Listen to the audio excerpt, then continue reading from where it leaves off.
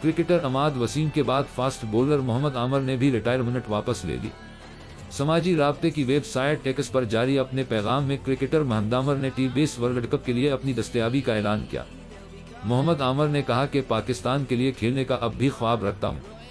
जिंदगी कभी कभी अपने फैसलों पर नजरसानी का मौका देती है। उन्होंने कहा कि मेरी पाकिस्तान क्रिकेट बोर्ड पीसीबी के साथ मुस्बत बातचीत हुई है। पीसीबी ने मुझे इजाजत दी और बताया पाकिस्तान के लिए अब भी खेल सकता हूं। ख्याल रहेगा पाकिस्तान के लिए 36 टेस्ट, 61 वनडे और 50 टी20 मैचेस खेलने वाले फास्ट बॉलर मोहम्मद आमर ने दिसंबर 2020 में रिटायरमेंट का ऐलान किया था।